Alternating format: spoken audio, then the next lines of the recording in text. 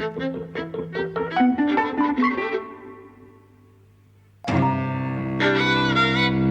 and welcome to Eavesdropping at the Movies. I'm Mike. And I'm Jose. And today we're talking about Nightmare Alley, Yes. the new version. Supposedly independently adapted from William Lindsay Gresham's novel of 1946. There was an original film made in 1947 with Tyrone Power, which we're going to watch. Tyrone Power and Joan Blondell, who's fantastic in it. Yeah. We haven't watched that yet, and this supposedly is not a remake of that. It's supposed to be independently made. Directed by Guillermo del Toro. It's about a guy who runs away to the carnival. Stan, his name is, played by Bradley Cooper. From what exactly, we're not entirely sure. We see a burning house right at the start, and he's dragging a body, so something has gone very wrong in his life. But what exactly it is not clear right at the start.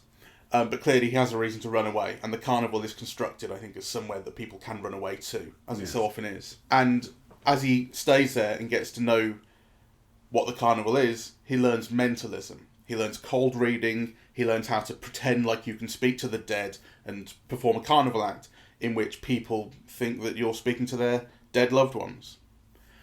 And over the course of the film, what starts as an entertaining grift becomes a real con.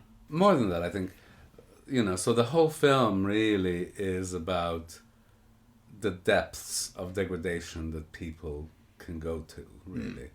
And so I think the film is about moral questions, more than anything else, right? I think there's a line with, one of the characters say, you can't play God, you mustn't. You must always say that it is, an act, right? That it's not real. Yes, there's a big difference drawn between what is an act and then believing your own bullshit and actually thinking that you can speak to the dead, Right. that you're more important and better than you are in that respect. I think it's Toni Collette who says that, if I'm not mistaken. Or maybe David Strathairn. Or it's the two of them, I think, they're the ones who teach him the act. Yeah. So it's the two of them together. Right. And of course, the film, there's the opposite of that.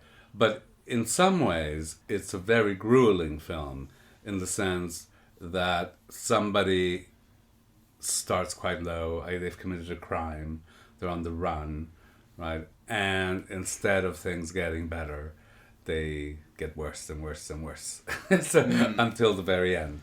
So I think it's a fascinating film. And actually, in the opening sequences, I thought, whoever doesn't love this can't love cinema, because there was something about the opening shots reminded me almost of like 3D games, yeah? It had that noir kind of almost not quite real, aesthetic. It was almost like too much gloss, really. But then when he enters the carny and he gets the job, and those scenes in the rain and him moving, the pieces of wood and the tent going up and the tent going down, and the way that the carnival looked with that red neon, I mean, it just looked so amazing. I thought any contemporary director would kill for any of these shots, really.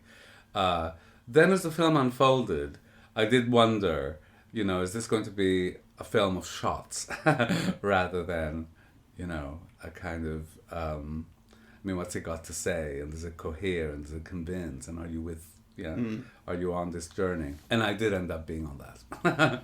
On the journey? Yes. How about you? I was never as into its look as you were. No. I got How it. can you not love that? Because The I don't think billowing. I don't think it's nearly as luxurious. I mean, it is showing kind of grime and that kind of thing. So I don't mean it in that respect. But I just don't think it's as pleasurable to look at as you did. I thought it was I was swooning. I thought it was thrilling. I thought it was mucky. Oh no! Too dark. No, I thought it was like absolutely fantastic. I thought that that neon red, those yellows, the darkness. But that's only part of it at the beginning. What I'm referring to is also, you can see the glamour of the carnival, right, in those initial shots. Yeah, with the way that the tent collapsed and it billowed, right, and there's a kind of a sensuality in that darkness, right. I thought that was thrilling, and then also the neon where it said something two shows or two performances or something like that. just the way that kind of acted as a compositional element in the frame, I thought it was beautiful. I thought it was tedious the way it looked early on. I liked it more when it got into the therapist's office, played by Cate Blanchett. That was beautiful. There's a lot of light in there, but it's also, I mean, she has the perfect look. She looks like the film noir figure that she is in this, the femme fatale figure. And and it was also a very well written scene when she analyses him for the first time and she's getting stuff out of him, and the film is drawing this comparison between the cold readings and the hucksterism that he does on stage and psychoanalysis. Rather. It doesn't quite say they're the same. I mean, what it gets out of him is much more. It's very real. He says it's the same. I'm talking about the film. What the film says though, and what she gets out of him is very real. But in a sense, what he gets out of the people that he does the act for is very real. I mean, they believe it completely, So it kind of behaves in a slightly different way. He starts off not believing it, and something very real comes out of him. Whereas they start off completely believing it, and that's what makes the act work. Ultimately, I think the film's about alcoholism. I mean, when you get to the very end, and the end credits are macro images of that pickled baby, I think the idea of pickling is kind of inherently tied to alcoholism. You drink and you pickle yourself. And when he ends up, in the twist that I didn't see coming, becoming the geek that we've seen at the start. So the circus geek is this drug addict, kind of wired up prisoner that the carnival keeps in a cage, and they let him out in front of a crowd in a ring to run around chasing a chicken, and then he gets it and he bites its head off and eats it, and it's revolting and disgusting. This is a real act that was actually part of carnivals and circuses. And when Willem Dafoe, who runs the carnival, explains this is how you make a geek, right? You find a guy who's down on his luck, who's a vagrant, something like that, and you give him a drink, but you drop a bit of opium in the drink, and that keeps him coming back, and eventually you've got him hooked. And you can make him do whatever you want, and that's how you make a geek. It's only right at the end when it happened did I realise, I should have seen, of course it was going to... Because the thing about a noir is you never get away with it, no matter what happens, and it looks like he might have. Like, everything has gone wrong, and he's ended up, spoiler alert, I saw it coming a mile away, killing this police chief. And it looks like he's got away with it, but I'm thinking, he can't possibly, this doesn't fit the genre, right? He can't, okay, it's gone wrong, but he's still not dead. Yeah. Well, and then he ends up becoming the geek. All the signs were there, but to me, that is still not about, alcoholism. It's very much about a kind of, moral degradation and despair. I think it ties it to morals. I think that's the thing. I'm not saying that's right or wrong. Again, I think it ties it to it, though. We're seeing things in the opposite way, like yesterday. Because I think, basically, the alcohol and the drug addiction, the whole kind of, that aspect of it is tied, to someone trying to deal with the horrible things that they've done in their life and that life has done to them. That's why they end up in Nightmare Alley. And kind of people end up there for different reasons. Because what you're also describing is, the moral kind of collapse, degradation, and humanity of the Willem Dafoe character, of somebody who in fact is willing to become a white slaver, right, to make a few bucks, right? So taking advantage of someone's alcoholism and making it worse, making them a drug addict in the process, right? So, I mean, I was reading these yaoi comic books, right, which are kind of very romantic but S&M-y kind of Japanese comic books. And, that is the strategy of turning young people into brothel workers in, Tokyo, right? You kind of get them hooked on drugs and then you can get them to do whatever you want, right? So that's a very old strategy, but I think the moral accent in the film is not on the drug addiction, is on what life does to people and what people do in life that makes them end up in Nightmare Alley. No, sure. But as Bradley Cooper's behaviour gets worse and he starts to take himself more seriously as someone who, the thing about doing a spook show, as the David Strathairn character calls it, you don't do a spook show, right? That's too serious, right? You don't actually offer these people more than entertainment. But that's exactly what he starts doing, to the point where, like I say, he starts to develop quite a serious con on this one guy in particular, this police chief. So that's constructed as a moral wrong to do that, to do this spook show, to take it more seriously than you should. And that coincides with him getting back into alcohol, or maybe not back into alcohol. We're told he's never touched a drop, but he gets into it, certainly. And it's, you know, a very clear and explicit point is made about how he never touches it, and now he's drinking. Yes. Yes, and that drink is tied to his father and what his father did to him and what he did to his father. You know, there's a whole kind of backstory about all of those things, which I think is almost a bit too pat. I've only seen like the first 25 minutes, half an hour of the original, but I thought it was very interesting because the original begins with an image of Xena, played by Joan Blondell, who's so wonderful and human and sexual. Like, she's very sexy. She looks middle-aged, but she's very sexy. None of those qualities were brought to the screen by Toni Collette, whom I love, but who doesn't bring any of that. And I think the role kind of needs that, really. And what was fascinating about that opening sequence is that it starts with Xena, the poster for Xena, then it moves into Joan Blondell trying to bring in customers into the act, and then her gaze wanders, and it wanders onto Tyrone Power, right? So it's like he's introduced through her look, Right. yeah. And I thought that was very interesting because he's incredibly handsome in the film. So I thought it was interesting that Del Toro begins with the Bradley Cooper character. Yeah. And in fact, he begins by showing him commit some act, like that is wrong, but you don't quite know why. But he burns a house, right? That's how this film begins, and it's only later that you get this element of desire, of showing him as someone who's very good looking, who's got a kind of a sexual potency. And in fact, Toni Collette tells you, right? So but the camera shows it to you as well. That moment where he's in the bath, it's almost like it's that moment where Del Toro permits himself to show you how attractive he is, how desirable he is. Yeah. And then that's almost kind of never referred to in the film again, that aspect of it. But I thought that was interesting that, so part of Stan's view of himself, and his self-confidence and so on, is a social one. Yeah, he knows he's a good-looking guy. Even if he pretends not to at times. Pretends to be surprised when people are attracted to him. Yeah. So, which also is why he thinks he can do the act and he can make a success of it, and that he's superior to people and he can play God subsequently. I mean, in a way the story is about, kind of the rise and fall of, a character who went too far, who flew too close to the sun, and crashed. Though, it's almost like this ascent from hell, and then kind of, well, he starts off surrounded by flames. Yes. For sure. A side comment, but something that I thought was interesting, and more a commentary on American cinema. But I've begun noticing that films are casting too old. Go on.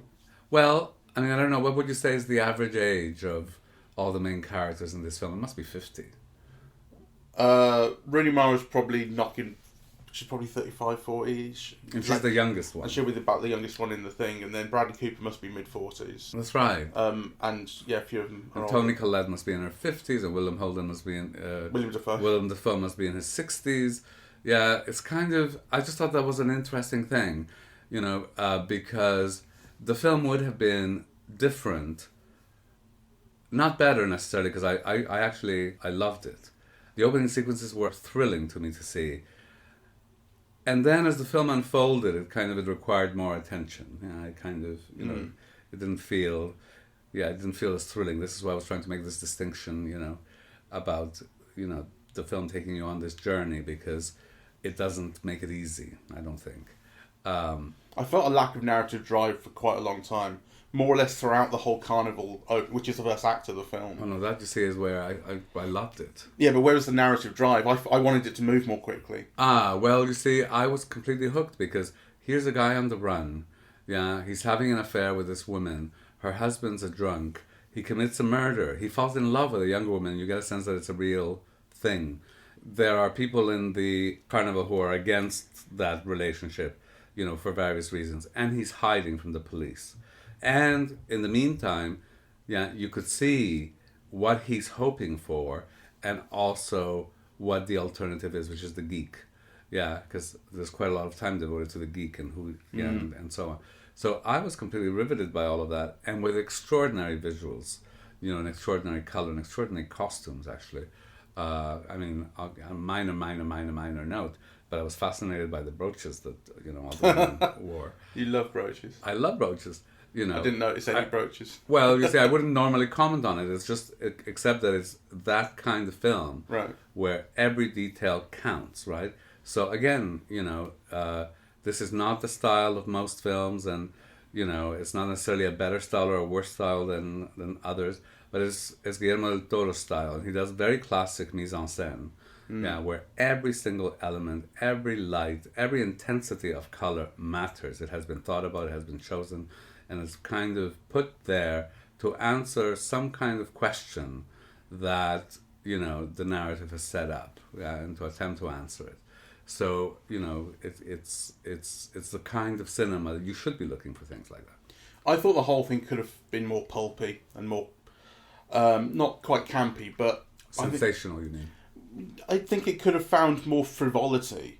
There's a certain degree of self-seriousness to the whole affair, which I think there's room for a bit more frivolity, a bit more laughter. I don't know, because I think Del Toro, unlike some other directors, is aware and conscious and caters to the sensuality inherent in cinema. As I mentioned earlier, the way that Bradley Cooper is photographed at the beginning, as opposed to the end. The way that Rooney Mara is photographed, she's very beautiful in this, I think. And she looks extraordinarily pretty with that pale skin and the red lips and the black hair. I love the whole electric... the electric show that she does.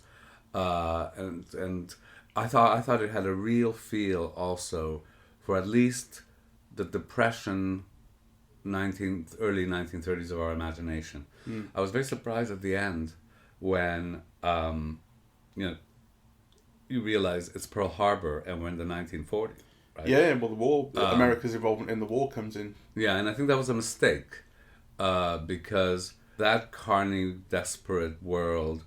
I mean, I love the way that people jumped on that hot, meal. The eggs, right? Like you get that sense of hunger and desperation, and that's very early 1930s. Whereas I think, by 1941, you're at a different time. America was very prosperous by then. It was benefiting from the whole world being at war, except then, at that point.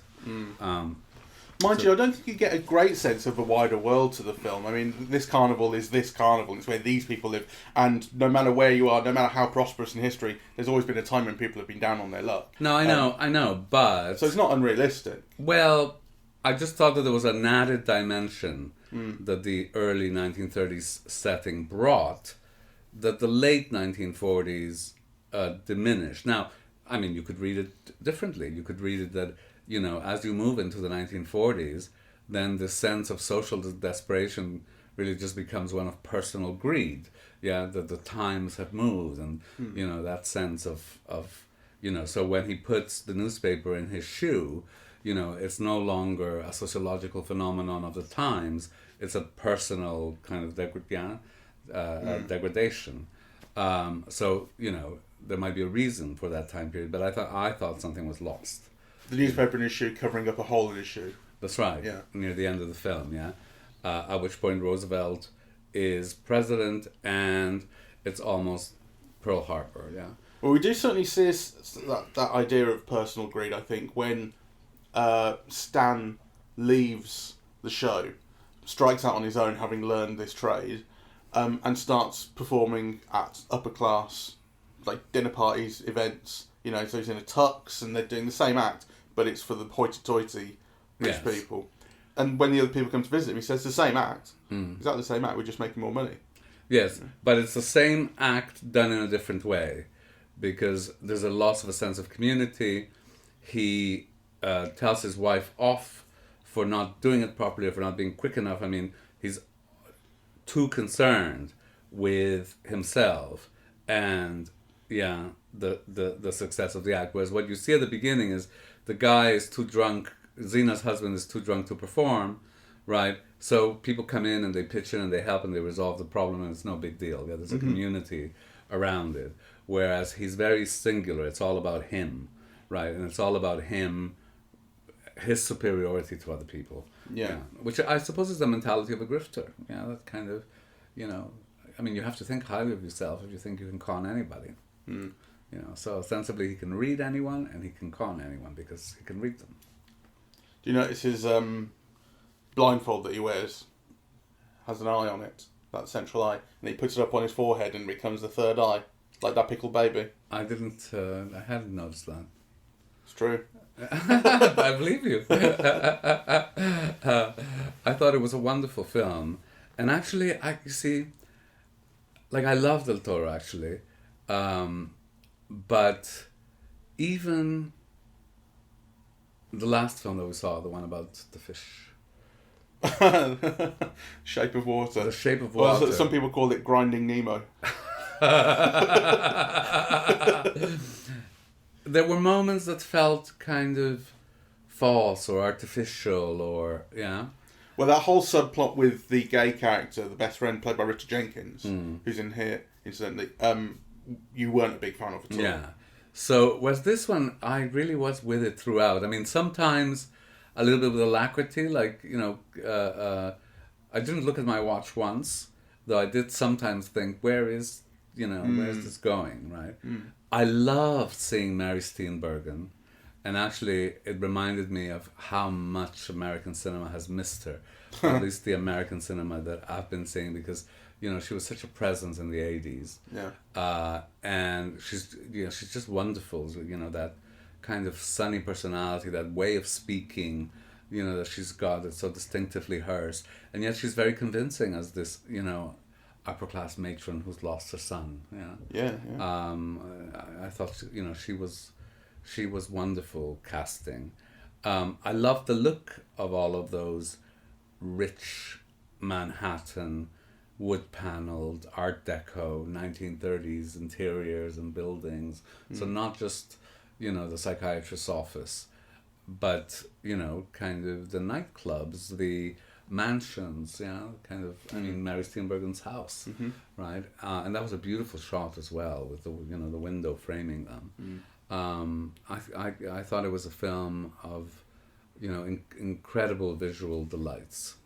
It is a proper noir, and it's a pleasure to see one, because it doesn't feel that common, really. I mean, noir is a genre of the 40s in its classic sense, and there have always been noir since then, but it does feel increasingly rare, really, to see one that's... I mean, when he gets to the very end, the last shot of the film, and Bradley Cooper is laughing and crying at the state he's in, where he's becoming this circus geek. And he knows what it is. Well, yeah, that was a question I had, like, because you definitely remember, as an audience member, the line of dialogue, it's just a temporary job, which is what Willem Dafoe has said. That's what you say. Yes. So you definitely remember that, and the question was, does Bradley Cooper, and it seemed pretty clear when he's laughing, he knows what's happening to him. He knows what's happening to him, and he accepts it, and he laughs because he deserves it. Right, exactly. This is the thing, like, you get to that final shot, and you've got this situation where the big, famous, flash, handsome movie star is getting what he deserves, and he's ending up as a drug addict carnival geek. Thinking, how many films end like that? Not so many. And it's lovely. And I think it's worth emphasizing that, a carnival geek is somebody who is hooked on drugs and alcohol to the extent that he will do anything to get his next fix. Yeah, exactly. And that is what Stan consciously accepts as the fate he deserves. It's like, remember Reek in Game of Thrones?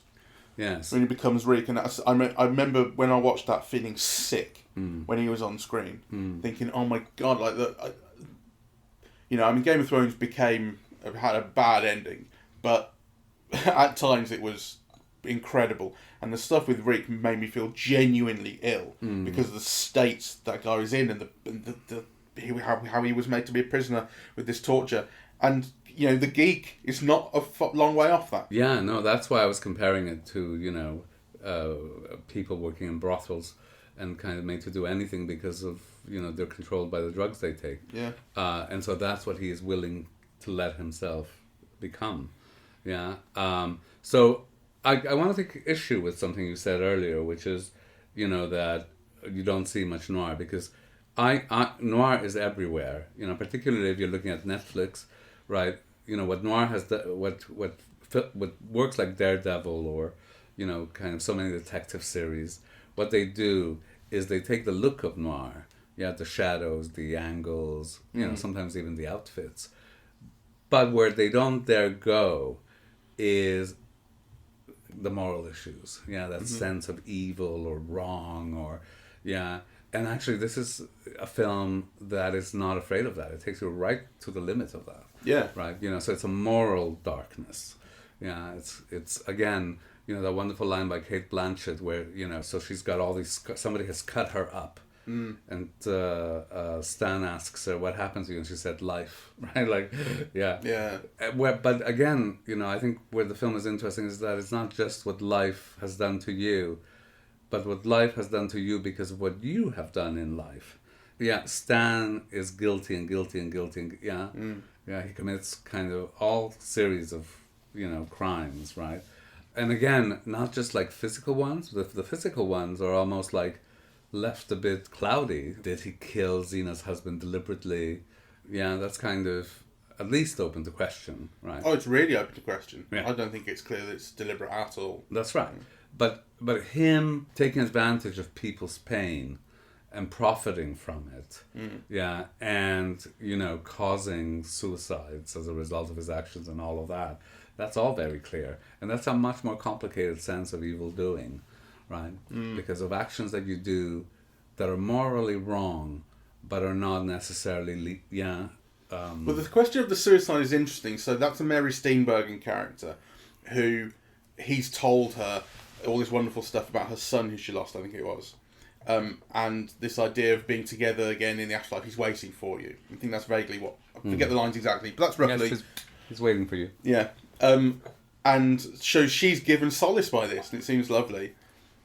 And the way she acts upon this is she shoots her husband and herself, thinking, we'll get closer to our son. We'll see him sooner than we otherwise would. Yes. The question, though, is... Because Bradley Cooper doesn't know that happened, right? I mean, we see that separately, but he never learns of it. Around that time, he's doing the con on the police chief, and that obviously goes very wrong as well. But like the thing about Bradley Cooper's intentions are, he's definitely self-aggrandizing and he thinks a lot of himself, but his intentions, or he never anticipates anything going as badly wrong as it does. He's so self-confident. He never anticipates that someone might be so, into the idea of meeting their son in the afterlife that they kill themselves. And were he confronted with that knowledge, and were we to see that, that would be a whole question of how would he respond to that? Would he be shocked at what happened? Would he be regretful? We don't know. He's told repeatedly that the line that he mustn't cross is to make people think that it's real. That if they come back and question you, you must say that it's an act. Right? Yeah.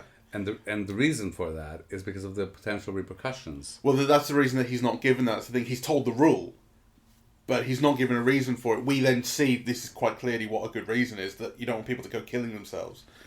But the reason, at least to him, as far as we see, is never given. It's just the rule, and he breaks the rule. Repeatedly and for financial gain. Yeah. Yeah. I'm not saying he's morally in the clear, but it's an interesting question. What would he think if you realise this is something that can result from this? We don't see. I think for me, the most unsatisfactory character seems to be the one that you liked most, which is the Cate Blanchett character. I thought she was kind of almost indistinguishable from, the Indiana Jones Nazi that she played. Well, Bradley Cooper was pretty much indistinguishable from Indiana Jones at points, in that hat. Indiana Jones never went that low. And I kind of don't quite understand her as a character. I mean, so there's a point where they're kissing and he says, you're as bad as I am. So, he senses that. But why she is, what drove her to it, she's not motivated by money. Is she out for revenge on men in general? Yeah. Yeah, you get the sense that that might be it, but it's a very thinly drawn pastiche Yeah. of the femme fatale. I think she's really stylish. I love the way she looks, and I like the way that Cate Blanchett performs the character. Oh, yes. Smoky, and she looks fantastic, and she speaks beautifully, and yeah, you know, she's in control of the scene whenever she's in that room. You know? So I really love that. But I completely agree. I mean, and when it gets to the point where it's revealed that she's stolen his money and she's been playing him, and then she's doing this thing with the tape recorder, pretending that he's a patient, or he has been a patient, but pretending that this is a meeting of the patient. And while he's going mental, she's just going, "You're going mental, sir." It should have been much, much more dramatic. It should have felt like the dramatic culmination of something that had been very clearly built up to them, and it wasn't. No. It's just the thing. It wasn't logical. No, even because he's offered her half his earnings, right, willingly. So even if she's just after the money, which you can't imagine her being with an office like that and a job like that, and you know, if she was after the money, you would think that she would keep her half, and then there's more forthcoming, right? If it's a general revenge on men, why this man in particular? It didn't cohere for me, that whole I agree. segment. It's because he's someone who's not. He's someone who's taking advantage of people. Yes, and I think that's generally it, because she says explicitly, "I don't care about the money. I'm not doing this for the money," and I believe her. You know, she's saying, "I've got other reasons for doing this." I believe her at that point. I think she steals the money because she can, and because he cares about it, which again she says, yes, you care about this, and so that's why I've taken it from you. But then her real motivation beneath it all is not very clearly established. I think it's something you have to read into, but it is quite general. I mean, all I can think of is, you know, she got carved up by the chief of police. It becomes very clear, yeah, because he hurts women, he hurts young women. It wasn't clear to me that he hurt her, though. I mean, I thought that could be easily someone else. No, for me it was clear. Well, it became clear as soon as he said it. I hurt young women. Yeah, and obviously she's the connection to the police chief. So in the universe of the film, it's clear. All right, if you like. Yeah. All right. I'll have to watch it twice, and I probably won't. Well, we need to wrap this up, actually, because I've got to leave like now. So I will see it again. I think it's fantastic. Yes, and I don't understand anybody who kind of sees those shots and doesn't appreciate them for like the gorgeous, beautiful shots that they are. You leave me stunned. No, well, they weren't that gorgeous. Yeah. I wish I had a copy of the film so I could show you. Look at that. No, I'm so glad you don't. It just reminded me of fucking Dumbo. What? Remember we saw Tim Burton Dumbo? Well, I'm sure I can easily believe that is an influence on Guillermo del Toro, but in this case, it's a fantastic influence if that is the case. All right, we've got to wrap up here. So I highly recommend that people see it. I kind of wish everything about it was a bit more fun, basically. Well, it's a very dark film. Yeah, but I think the things can be dark. Well, like Tim Burton, things can be dark and fun. Yeah, but he's not Tim Burton. And Tim Burton would never make a film this adult, so there's that. But it had room for a bit more pulpiness and a bit more fun. I think it's and a bit more speed. I think it's a beautiful film. It's an extraordinary performance by Bradley Cooper. I loved, almost all the actors in it. Toni Collette is the exception only because I saw what Joan Blondell could do with that role. And I think it's a beautifully looking film that's very noir in the real sense. That is about the darkness, inherent in human beings, and kind of, again, to repeat that, what life does to people in relation to what horrible things people are capable of doing in life that then leads them to Nightmare Alley. All right.